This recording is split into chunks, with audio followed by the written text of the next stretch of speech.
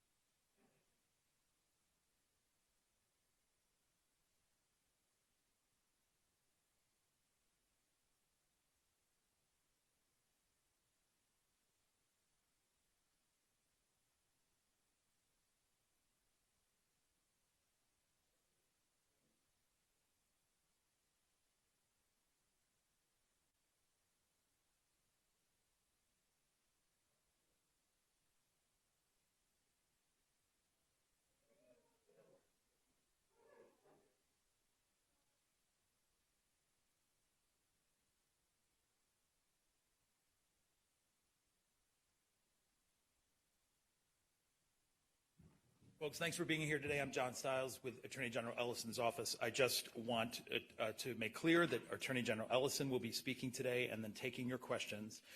He will not be able to answer any questions about evidence or how evidence is evaluated, any question about witnesses, any question about the timeline of events that led to Mr. Floyd's death, or any investigative detail.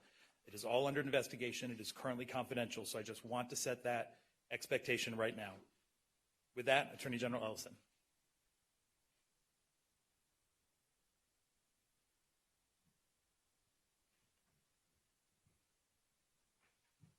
First of all, thank you, ladies and gentlemen of the press.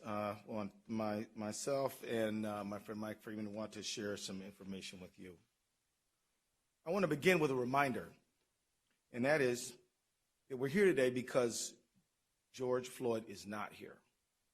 He should be here. He should be alive, but he's not. About 9 days ago, the world watched Floyd utter his very last words, "I can't breathe," as he pled for his life. The world heard Floyd call out for his mama and cried out, "Don't kill me." Just 2 days ago, when I became the lead prosecutor in the murder of Mr. Floyd, I asked for time to thoroughly review all the evidence in the case, and we looked at the evidence that's available, and the investigation is ongoing at this time. I also said that I know it's asking a lot of people to give us time, particularly people who have suffered for decades and centuries of injustice, to be patient. And yet, we did get that time. And together, a very strong, experienced team, which included County Attorney Mike Freeman, his team, and my team, we reviewed the evidence together with the BCA, and we have something to announce today. Before I announce it, I want to say thank you for the patience of the people who they've shown me and our entire team in pursuit of justice, and I'm here to make these announcements right now. First, today, I filed an amended complaint that charges former Minneapolis police officer Derek Chauvin with murder in the second degree for the death of George Floyd. I believe the evidence available to us now supports the stronger charge of second-degree murder. We've consulted with each other, and we agree. Second, today, arrest warrants were issued for former Minneapolis police officers J.A. King, Thomas Lane, and Tu Tao. Finally, I'd like to announce that today, Hennepin County Attorney Michael Freeman and I filed a complaint that charges police officer King, Lane, and Tao with aiding and abetting murder in the second degree, a felony offense. I strongly believe that these developments are in the interest of justice for Mr. Floyd, his family, our community, and our state.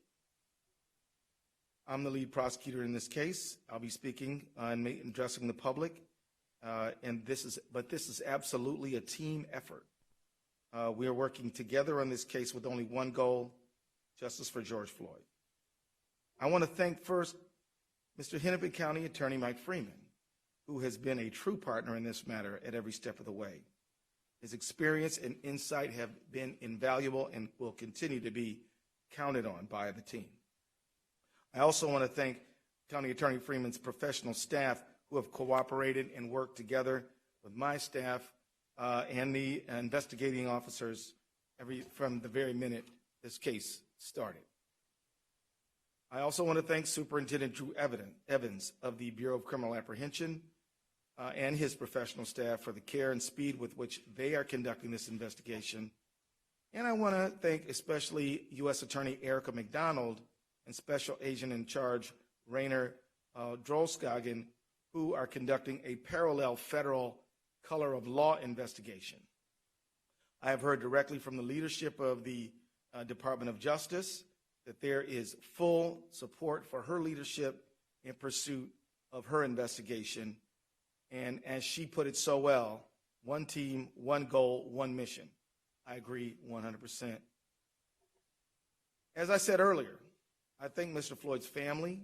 I think, and I can speak for Mr.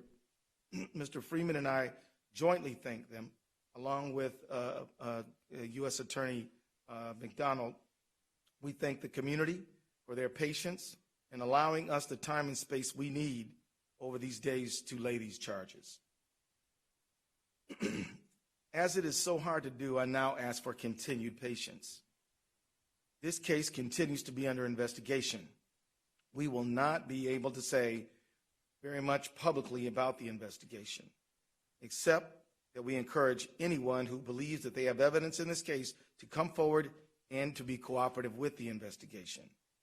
As we develop the case for prosecution, which will also not be able, we will not be able to say very much publicly about it, because our job is to seek justice and to obtain a conviction, not to make statements in the press, but to do our talking in court. So I ask for your patience again while we limit our public comments in pursuit of justice.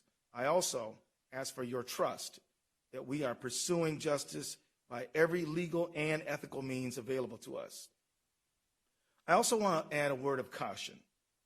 The investigation is ongoing. We are following the path of all of the evidence. Wherever it leads, we are investigating as quickly as we can because speed is important. We're also investigating as thoroughly as we can because being complete and thorough is critically important, but it takes time. The reason thoroughness is important is because every single link in the prosecutorial chain must be strong. It needs to be strong because trying this case will not be an easy thing. Winning a conviction will be hard. In fact, County Attorney Freeman is the only prosecutor in the state of Minnesota who has successfully convicted a police officer for murder. And he can tell you that it's hard. I say this not because we doubt our resources or our ability. In fact, we're confident in what we're doing. But history does show that there are clear challenges here, and we are going to be working very hard and relying on each other and our investigative partners and the community to support that endeavor. To the Floyd family, to our beloved community, and to everyone that is watching, I say, George Floyd mattered. He was loved. His family was important. His life had value. And we will seek justice for him and for you, and we will find it. The very fact that we have filed these charges means that we believe in them. But what I do not believe is that one successful prosecution can rectify the hurt and loss that so many people feel.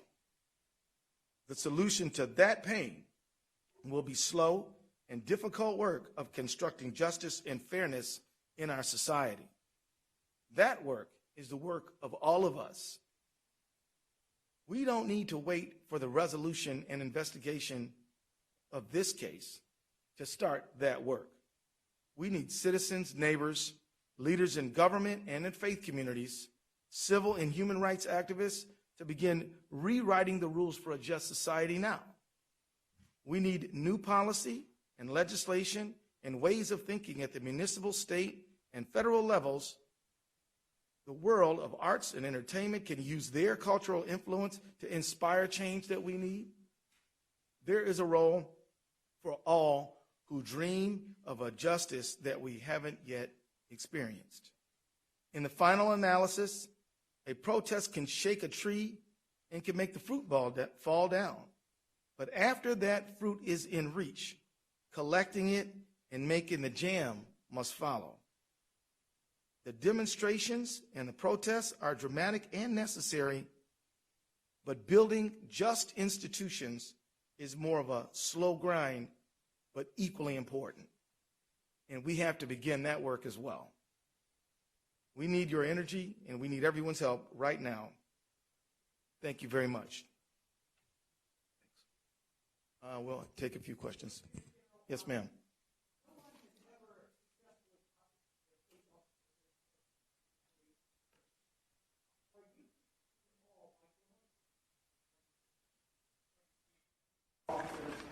Numerous acquittals, which acquittals in other cases, notably Rodney King case, which is just carefully, has created massive protests and massive rioting, massive demonstrations, massive unrest. We believe we have a duty to charge the charges that fit the facts in this case, when we have done so. And so our concern is to put all the energy we can into putting forth the strongest case that we can without fear or favor of anyone or anything. These charges are based on the facts that we have found, and we're going to pursue them.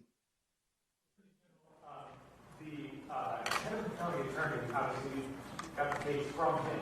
Was he going to plead this case as a murder-free case? Is that why the state took over? That is what sources have said. The Hennepin County attorney did an excellent job by gathering facts and has worked cooperatively with us at every single step of the way. We consulted with each other on these charges. We believe that these are the right charges.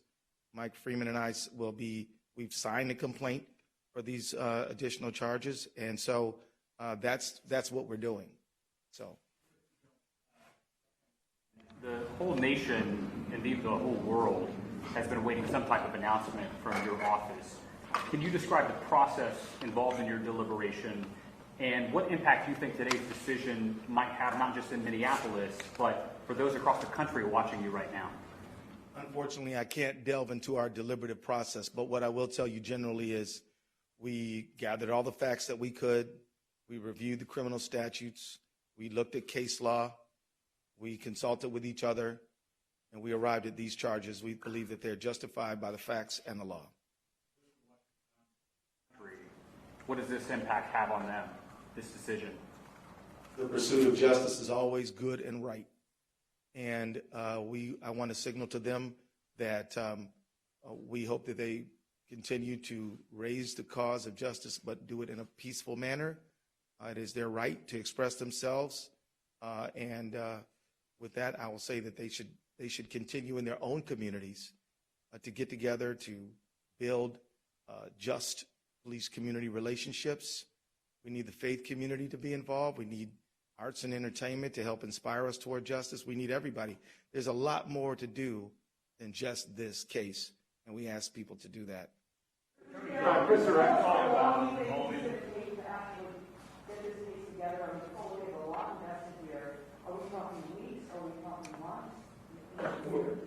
I want to thank you for asking that question, because part of my comments were to help set expectations in a realistic light. In order to be thorough, this is going to take months. And I don't know how many, but it is better to make sure that we have a solid case, fully investigated, researched before we go to trial, than to rush it. And so it will take a while, and I can't set a deadline on that. Way in the back. Attorney General, Chris Rex with Carolina. The Floyd family had asked for a first-degree murder charge as well as their attorney. You decided to charge second-degree unintentional murder while committing a felony. Can you explain what that charge means, unintentional murder versus second-degree intentional murder, please?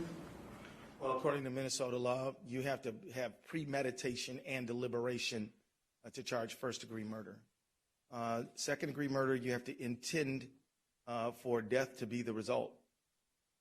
For second-degree felony murder, you have to intend the felony and then death be the result without necessarily having it be the intent. So that's the state of the law. The felony would be we would contend that George Floyd was assaulted, and so that would be the underlying felony. Do you accept any plea deals in this, or do you expect all four to go to trial? And secondly, when will the body camera footage be released?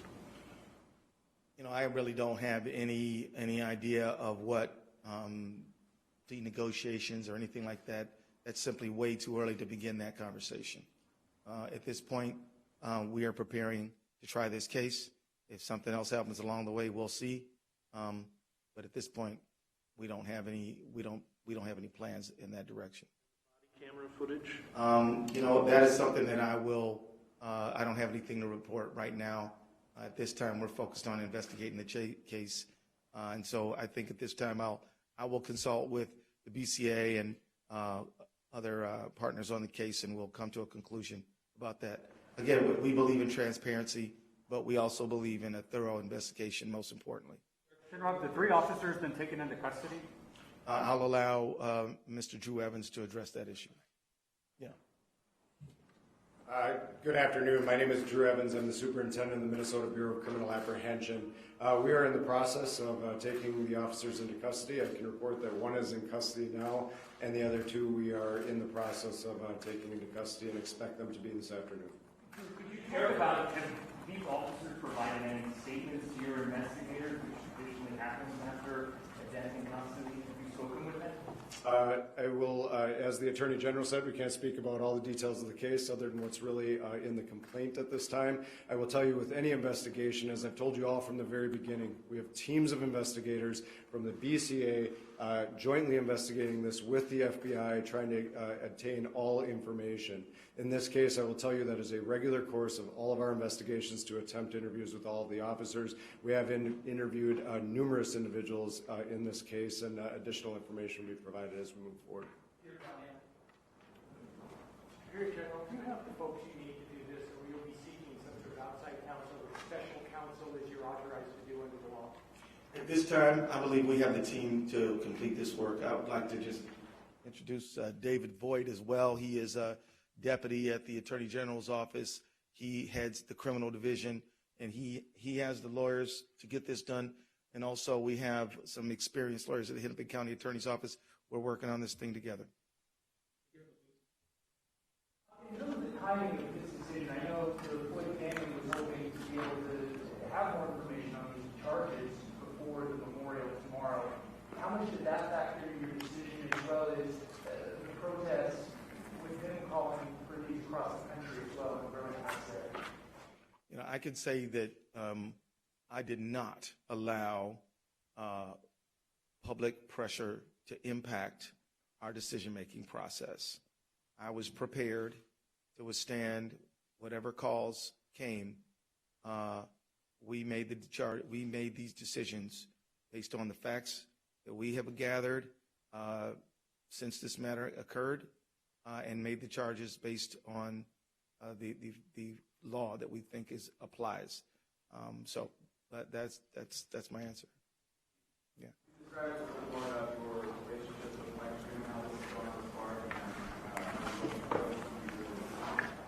It's going fine. It's going great. I spent a lot of time in Hennepin County when I was a trial lawyer myself, and I know all the lawyers there. I respect them all, admire them all, and we're going along fine. Can I introduce you? Okay. Andy Lefebvre, he represents Hennepin County Attorney's Office, his first deputy for Mike Freeman. Right.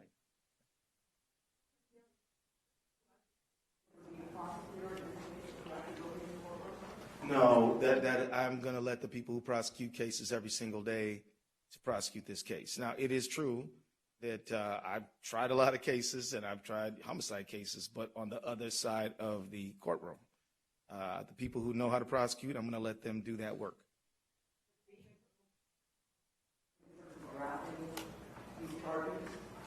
You know, I think it helps me anticipate what some of the attacks on our case might be.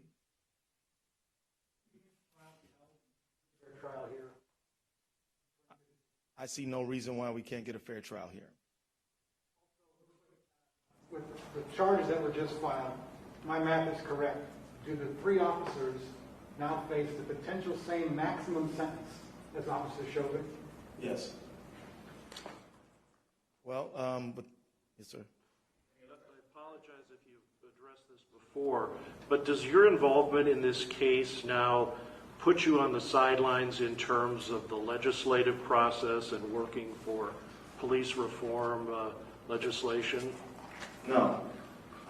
I'll continue to do all the duties that I have, which involve legislative, which involve a lot. We've been very active in the civil space. We've been active in representing state agencies and government. I'll continue to supervise that as I always do. But I feel very confident in it because I have excellent professionals who are going to be focused on this like a laser beam every single day. Attorney General, could you just take us into that room when the decision was made for you personally, for this case, file these charges, the moment you had personally? I feel a tremendous sense of weight. I feel this is a very serious moment. I can honestly tell you I take no joy in this, but I do feel a tremendous sense of duty and responsibility. Are they going to be at archives in max security, or are they going to be put somewhere? I don't know the answer to that question. Maybe. I would just answer that in terms of that is left up to the various sheriffs that we work with on this. They make, as Commissioner Schnell noted the other day, security decisions in the best place for everybody in light of everything that's going on right now in the Twin Cities. Again, those are decisions based on the analysis of the sheriff, and they work closely with the Department of Corrections to make sure that they have everybody in their custody where they should be based on safety assessments. Thank you all very much.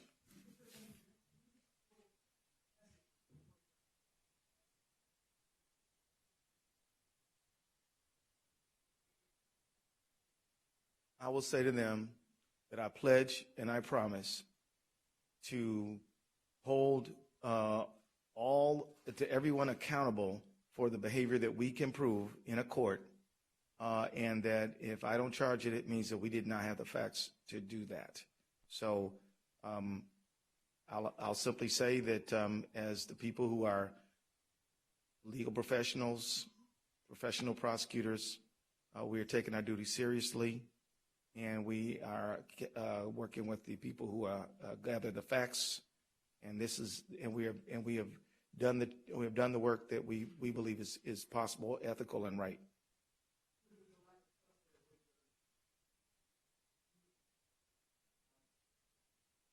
Yeah, well, I mean, look, let me be honest here. I mean, our country has under-prosecuted these matters in Minnesota and throughout the country. And so I think the trust is a result of historically not holding people who are public guardians accountable for their behavior in situations where we should have. So that, I think, is the origin of the trust problem.